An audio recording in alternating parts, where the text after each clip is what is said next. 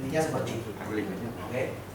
Nah, ketika kalau mereka harus tambah aset 10 miliar, perhatikan baik-baik. Dengan cara beli properti, berarti kan dia harus beban tambahan berapa? Angsuran 80 juta ini langsung kantor pajak tahu. Tet, otomatis keluar. Langsung orang ini akan menarik perhatian, betul? Kamu ini lapor penghasilan segini kok bisa beli aset cicilan 80 juta per bulan? Ayo, penghasilan dari mana ini? Ya, selidiki. Setuju ya? Dibandingkan kalau dia beli polis dengan angsuran 10-15 juta, itu relatif tidak menarik perhatian orang-orang lain. Setuju ya? Dan satu lagi, polis asuransi bukan objek pajak. Jadi UP-nya itu nggak kena pajak. Nilai tunai yang luar biasa. Ya, jadi sebetulnya teman-teman, saya tidak mengatakan bahwa invest properti itu jelek. Saya juga suka invest properti, tetapi prudensial ini adalah salah satu alternatif yang sangat baik, yang sangat luar biasa untuk menyiapkan dana warisan. Ya, itu Anda bisa sampaikan. Jadi kalau Anda nanti jelaskan ini, tujuannya bukan jadikan properti, paham ya? Jangan sampai Anda ngomong, Pak salah invest properti untuk anak, jangan. Anda harus ngomong, Pak, saya juga setuju bahwa properti ini sangat menguntungkan. Tapi ini ada alternatif yang menurut saya kok murah, dan cepat untuk menyiapkan dana warisan. Ya seperti itu. Oke, sampai sini cukup jelas teman-teman? Jelas? Serius, jelas. Ini nanti. Ya. Oke. Jadi masih ingat ya? UP jiwa kita jual. Tujuannya itu apa? Yang pertama? Proteksi income. Proteksi income itu siapa? Menengah. Yang kedua? Ya, kalangan menengah. Oke ya. Jadi kalau udah menengah atas jangan ngomong UP-nya 1 miliar diketawain. Ya, ngomong UP itu 10 miliar, 20 miliar. Ya, seperti itu. Ya. Oke, sekarang manfaat asuransi kritis. Kembali lagi, ketika Anda bedah polis, Anda mau ngomongnya apa? Kalau Anda ngomong sakit kritis, berarti cara ngomongnya begini. Sorry, sebelumnya Anda tahu dulu manfaatnya apa dulu ya? Yang pertama, sakit kritis ini tujuannya menunjang biaya perawatan sakit kritis. Kita tahu bahwa sakit kritis itu mahal, ya mahal sekali. Oke, untuk cancer itu luar biasa. Mungkin nasabah akan ngomong begini, Pak, kan saya sudah punya hospital, saya sudah punya rawat inap dari perusahaan asuransi ABC. Ini Pak, 1 tahun bisa cover sampai 5 miliar, 10 miliar asuransi itu hospital saya. Nah, tapi lihat teman, judulnya aja asuransi rawat inap. Kalau tidak rawat inap berarti nggak di. Kenyataannya orang kena sakit kritis tidak perlu tinggalnya di rumah sakit, tidak selalu, ya. Dan kebanyakan mereka justru biayanya tetap jalan walaupun ketika mereka sudah keluar dari rumah. Nah, ketika mereka keluar dari rumah sakit, biaya tetap jalan. Manfaat hospitalnya tidak bisa mengcover. Betul? Ya. Saya di sini ada ini ya, saya punya seorang teman lah ya di Bandung. Dia seorang AM. Dia cerita ketika sakit kritis divonis kena kanker, berobat di Singapura. Dia tanya sama dokter, biayanya, saya tanya sama dia, berapa biayanya? Tidak rawat inap teman, nggak rawat inap, cuma berobat jalan. Ini datang, diperiksa, kasih obat, pulang. Jadi nggak ada rawat inapnya, ya. Per 3 minggu itu 8.000 Singapura dolar. Berarti kalau orang sini 80 juta per 3 minggu. Berapa lama pengobatannya? Ya tergantung, bisa 6 bulan, bisa 2 tahun. Ya, sakit kanker itu luar biasa. Tapi untungnya teman saya ini dapat program, semacam program apa gitu ya, jadi dia ada bantuan. Tapi kan nggak semua orang seberuntung teman saya ini, beneran. Intinya apa? Sakit kritis itu nggak selalu harus rawat inap. Ya, orang kena stroke. Ya kalau dia selama kondisinya nggak drop sudah bisa pulang di rumah, tapi ketika di rumah tetap jalan. Ya, kemudian apa? Karena biayanya sangat besar, otomatis biasanya asetnya juga apa? Katut, terjual, betul ya? Banyak kita dengar kan? orang-orang yang sangat kritis, waduh, habis-habisan, mobil terjual, rumah terjual, tanah terjual, ya. Oke. Nah, ini kan sangat disayangkan, ya. Kalau Anda bisa cerita tentang Krisye, Krisye itu sebelum saya lahir dia sudah nyanyi. Ya, saya belum itu udah nyanyi. Ya, sampai saya gede masih nyanyi. Itu uangnya banyak bagi dia. Banyak. Ya, tapi kalau Anda simak beritanya waktu dia sakit kanker, itu semua habis sampai artis donasi, itulah penggalangan dana untuk Krisye. Saya yakin Krisye mungkin belum punya polis atau belum punya, mungkin nggak besar. Ya, nah dia artis ada yang galangin dana. Nah kalau kita siapa yang mau galangin dana? Citra. Enggak belum mau sih galangin dana. Iya. Citra. Ya kan? Nah, seperti itu ya. Ini sakit di sini loh. Cara ngomongnya gimana? Kita ngomong, Pak.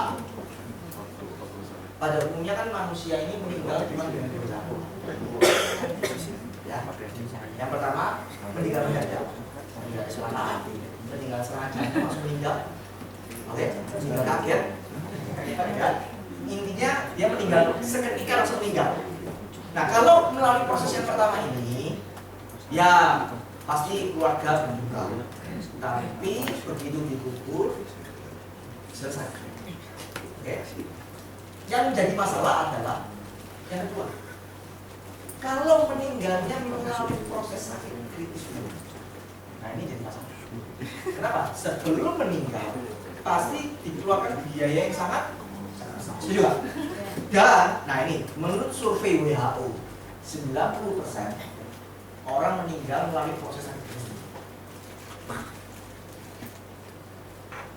Ya, 90% orang meninggal itu melalui proses sakit kritis. Oke. Sakit kritis apa? Anda sebutin Pak. Biasanya orang sakit apa sih Pak? Stroke banyak kan? Stroke, cancer, top 4, ya. Fantastic 4. Ya. Ini rata-rata orang meninggal karena ini. Betul lah, teman-teman. Betul. Ya, dan ini wah, habisin uang paling banyak ini, ya. Yang paling banyak yang nomor 2, yang 3 ini. Ini yang paling banyak. Ya. Kalau jantung masih di angka 200, 250, 500. Kalau cancer ini unlimited. Saya pernah ketemu teman. Saya ketemu nasabah, ya. Saya bantu klaim papanya dia, operasi jantung. Ngobrol-ngobrol. Dia punya teman tinggal di daerah Graha Family. Aku nama Graha Family. Kena cancer saya, dia nggak kita kena cancer apa? Ya, habis itu di atas 10 miliar. Dan itu tuh berakhir dengan game over. 10 miliar lebih habis. Ya, seperti itu. Nah, Anda tanya, Pak, kalau hari ini saya misalkan terdiagnosa, saya bagi contoh saya, ya, nggak apa-apa. Misalkan kalau saya terdiagnosa, berapa biaya yang harus saya keluarkan untuk berobat? Pasti dong Pak, keluarga saya tak mungkin tinggal dia, betul kan? Pasti kepingin saya diobati, ya kan? Kira-kira kalau saya diobati, mengalami satu gejala apa? Berapa ya Pak biaya ini? Biasanya teman-teman, kalau nasabah semakin kaya, dia kan nominalnya semakin besar, ya. Ya 1 miliar mungkin, ya 500 juta, ya mungkin 2 miliar, terserah dia. Tapi kalau dia kasih dari nominal, dia bingung gitu ya. Ya ada yang kasih satu angka. Kira-kira 1 miliar cukup Pak? Ya mungkin segitu. Anda pancing dengan satu angka. Ya angkanya jangan terlalu kecil. Kira-kira 20 juta jangan. Terus Anda ngomong, nah Pak, misalnya katakan butuh 1 miliar. Hari ini saya divonis dan saya mau diobati butuh uang 1 miliar kan harus tunai. Masalahnya ketika saya butuh 1 miliar, punya nggak saya uang tunai 1 miliar? Uang cash. Itu yang jadi pertanyaan. Kalau saya nggak punya, berarti aset pasti akan terjual. Betul? Mungkin rumah saya yang saya tinggali sekarang, mungkin saya akan terjual. Mungkin mobil saya pakai sekarang, saya akan jual. Mungkin emasnya istri saya akan jual. betul? Mungkin saya sudah punya aset warisan yang tadinya mau saya siapkan untuk anak saya, juga saya likuidkan, saya jual untuk yang tadi saya. Artinya apa? Kalau kritis ini nggak main-main, taruhannya aset kita bisa habis. Aset saya bisa habis hanya karena saya kritis. Nah, tak Ibu Beji, kita punya satu solusi bagaimana untuk menjaga aset kita supaya aset ini enggak hilang. Tinggal masalahnya Bapak ingin berapa nilai aset yang hilang. Kalau Bapak ingin dilindungi 1 miliar, saya bisa bantu bagaimana proses 1 miliar untuk aset itu. Udah itu aja. Jadi kita jual apa di sini? Kritis. Produknya apa? CCP. Ya, CCP. Nah, saya gini teman. Saya sarankan sebelum orang ambil ISCC, dia ambil CCP. Apa kelebihannya CCP? Jiwa. CCP itu 2 angka, meninggal dan sakit kritis. Kalau dia meninggalnya seperti almarhum Mek Mohidi, serangan jantung langsung meninggal, uang pertambangan CCP percaya nggak? Karena dia meninggal, betul ya? Nah, sejauh pengetahuan saya, di asuransi lain, di perusahaan lain, belum punya produk asuransi yang bisa mengcover sakit kritis sekaligus juga mengcover meninggal. Artinya kalau dia sampai kasusnya meninggal kecelakaan atau meninggal mendadak, maka manfaat sakit kritisnya sia-sia, nggak terpakai. Bagus. Ya, kalau di Prudential bisa cover 1 jenderal. Jadi beli CCP terpakai. Ya, seperti itu. Oke. Jadi teman-teman, jual sakit kritis cuma melalui dialog seperti ini aja. Anda kemas dengan bahasa Anda sendiri. Bisa? Bisa. Bapak mau dilindungi berapa? 1 miliar? Ya kan? Jangan tanya begini ya, Bapak mau nabung berapa? Jangan, ya. Kita tidak bicara dari premi, kita bicara dari apa? Uang pertanggungan. Bapak mau dilindungi berapa? Aset 1 miliar, 2 miliar. Kalau dia mau dilindungi 1 miliar, berarti Anda buat aja UPCCB 1 miliar. Jiwanya 20 juta, PAA-nya 20 juta, CCB-nya 1. Jelas ya? Oke, sampai sini bingung? Bingung? Oke, nah jadi jual ya, hari ini saya sudah bahas jual, manfaat rugi jiwa dan manfaat sakit kritis ya. Nah, jadi saran saya Anda coba ya. Sepulang ini bisa konsultasi dengan leader Anda coba. Nah, terus bagi yang sudah punya nasabah, sudah nasabahnya jangan polis begitu, karena tahu Anda bisa bantu review polis mereka. Ya, bisa bantu review. Oke, Anda bisa ngomong, Pak, ini sudah 1 tahun Bapak ikut polis, sudah tugas saya untuk mereview polis-polis nasabah sudah 1 tahun. Dan ngobrol-ngobrol, review lagi. Karena kemungkinan kalau dia beli polis pertama ya isinya itu rata, jiwanya kecil, kritisnya kecil, hospitalnya kecil. Nah, Anda fokus di jiwa dan oke, ya, saya kira itu aja. Mungkin ada yang mau tanyakan?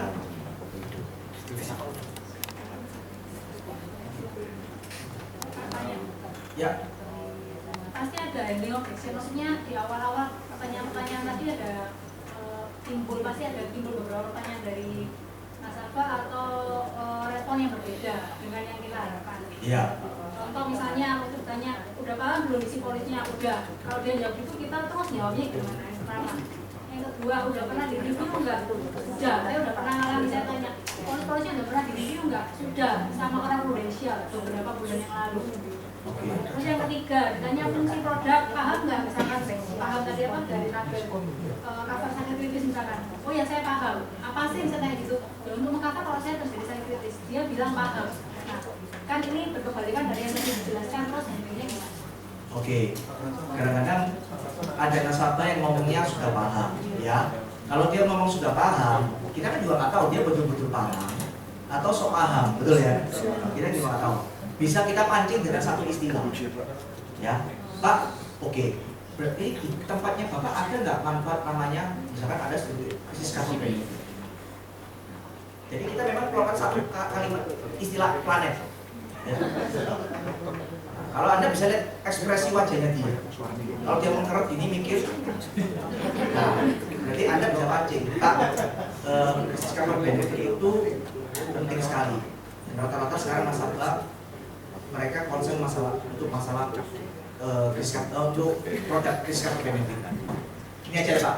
Kalau Bapak mau, saya bantu untuk ini. Memastikan ada nggak krisis cover benefit. Itu aja, dipancing seperti itu ya. Jadi keluar istilah planet tadi itu ya. Ada nggak early stage crisis cover? Dia bingung. Makin ngomongnya makin canggih, dia makin bingung. Ya. Tapi jangan ini ya, jangan ngomongnya ini ya, keselio ya. Bahasa Inggrisnya dipastikan benar ya. Ya kan? Ya. Kalau saya mau tanya Pak, tadi kan dikatakan untuk CCB ya, kondisi kritis ya. 20 juta aja untuk P2-nya, terus yang untuk tadi 1L. Nah, pertanyaannya gini, untuk CCB itu kan hanya sampai usia sekian, sedangkan untuk P2 itu kan 99. Loh kok cuma sedikit, nanti kalau sini cuma 20 juta dong uangku. Nah itu cara menghandle-nya gimana? Sudah bebas dari masa Oke, CCB itu bisa diekstern sampai 85. Maksimal kan 85. Ya kalau kita ngomong usia harapan hidup manusia Indonesia itu kan rata-rata berapa? 70 tahun gitu ya. Kemudian sampai 85 itu kan sudah sangat jarang. Nah, tapi katakanlah omong kosong sampai 850. Berarti dia sudah menginjak 85. Di saat itu nilai nilainya sudah sangat besar. Ya, nilai nilainya sudah sangat besar. Artinya apa? Nilai nilainya sudah lebih dari cukup untuk menanggung resiko sakit hati juga. Betul ya. Contoh misalkan seperti saya sendiri teman-teman, saya mau misalnya UP Jiwa, ya UP Jiwa. Saya UP Jiwa, saya kalau jual UP Jiwa, ada jualnya pakai LinkedIn, ya LinkedIn. LinkedIn itu kan bisa milih, bisa sampai usia 55, kemudian 65, 70, 75. Nah LinkedIn-nya saya tulis sampai 75. Kenapa saya nggak mau sampai 99? Karena saya lihat bahwa ketika usia 75, saya lihat nilai tunai saya sudah cukup besar. Kalaupun saya meninggal, nilai tunai ini sudah bisa menggantikan warisan saya. Paham ya? Jadi seperti itu. Karena kalau saya korban ke usia 99 ini, preminya jadi besar. Akhirnya masa jadi keberatan untuk ya, seperti itu. Ya. Kalau dari saya kan pernah prospek ke suatu perusahaan ya, misalnya perusahaan istilah. Ya. Nah ini kan misalkan sebenarnya dia untuk beli polis lagi karena waktu itu bisa review ininya dia pulang itu apa? Jadi bilang kalau aku tambah polis kamu dengan sistem auto debit apakah tidak mempengaruhi tax amnesty? Enggak pengaruh. Padahal kan dia waktu itu dia sudah mempunyai 7 juta untuk polis. Nah, kalau sudah mereka bisa ajukan 5 juta untuk beli khusus kayak dia. Nah, dia sesuatu. Oke, ini teman-teman ya, saya mau cerita sedikit semampu saya ya, sebatas pengetahuan saya bukan orang konsultan pajak tapi sepengetahuan saya. Sebetulnya tax amnesty itu apa sih? Gini loh teman-teman, yang jadi problem itu kan banyak orang di luar sana itu penghasilan yang dilaporkan itu tidak penghasilan yang sesungguhnya. Ya, contoh, dia melapor bahwa dia punya penghasilan cuma 5 juta per bulan, tapi bisa beli rumah yang harganya 10 miliar. Kan nggak masuk akal, ya kan? Dengan cara entah bagaimana caranya dia punya aset 10 miliar, entah dia samakan bagaimana sehingga belum ketahuan. Ininya belum ketahuan, bukan tidak bisa ketahuan. Suatu saat mungkin bisa ketahuan, tapi belum ketahuan. Nah, berarti kan ada sesuatu yang nggak masuk akal.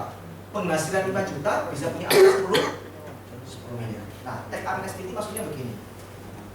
Ayo ngaku, ya, kamu punya aset apa? Aku nggak akan kusut lagi. Asetmu ini dari mana asalnya? Asetmu berapa ini? Nanti saya kenakan pajak rate 2%. Paham ya? Saya sih tahu. Karena ada tidak balancing antara laporan penghasilan dilaporkan dengan aset yang dimiliki. Termasuk pengeluaran. Oh, dia punya pengeluaran ini pengeluarannya besar lebih dari income-nya dia. Kalau nggak pajak, dia harus pengeluarannya sebulan ternyata dihitung sama cicilannya rumah, cicilan mobil, cicilan macam-macam itu bisa sampai 50 juta. Tapi penghasilan yang dilaporkan cuma 10 juta. Berarti 40 jutanya apa yang dilaporkan? Nah, Nah, yang ini ayo tes amnesti. Tak ampuni, sudah aku nggak bahas dari mana. Kamu punya asrama, tak akan fokus. Paham ya sampai sini ya? Berarti kalau hari ini, misalkan saya misalnya punya penghasilan 10 juta, terus saya beli polis, saya punya pengeluaran total 6 juta deh. Beli polis lagi 1 juta, masih wajar nggak? Wajar. Perlu kita amnesti nggak? Nggak. Nggak perlu, masih wajar kok. Oh iya wajar kok. Paham ya? Kan wajar. Kecuali saya sudah menuruti dari income yang sekarang kan ini nggak wajar. Nah, asuransi pajak akan memus ini kok bisa seperti ini? Sudah dikatakan ini. Nah, itu sederhananya seperti itu ya. Jadi nggak semua di tag amnesti, semua tag amnesti. Ya. Dan nggak masalah orang dan tadi kan bisa sebut kalau dia punya polis ini bebas dari pajak.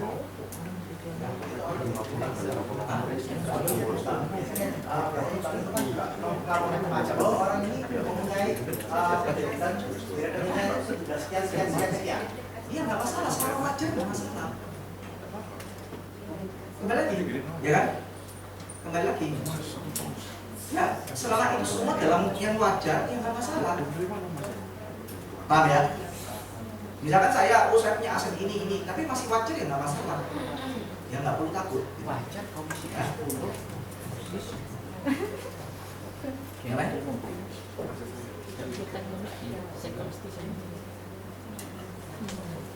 Oke teman-teman, ya. Jadi kalau nggak ada pertanyaan, eksekusi langsung, ya. Ya mungkin pertemuan ini nggak bisa langsung membuat Anda langsung lahir bicara. Pulang dari sini Anda bisa coba lihat lagi daftar prospek Anda. Anda tentukan ini kira-kira mau saya tawarkan apa, ya. Diskusi sama leadernya, dipoles bahasanya, ya. Nanti di lapangan memang tidak selalu akan mulus seperti ini. Kembali lagi ya. Saya ulangi, di lapangan tidak mungkin akan semua berjalan dengan mulus. Tetapi paling tidak Anda sudah punya guideline. Dan kalau ada kendala, ada objection, Anda bisa konsultasi dengan leader. Nah, ini penyakitnya agent. Ada agent itu tidak mau konsultasi apa? Takut dianggap tanda kutip bodoh. Ya. Sudah jangan gengsi sih ya. Ya. Anda harus banyak tanya ya. Kalau nggak paham tanya, pasti dijawab sama leader ya. Pasti dibantu. Oke, banyak konsultasi. Baik, itu aja. Terima kasih dan selamat pagi.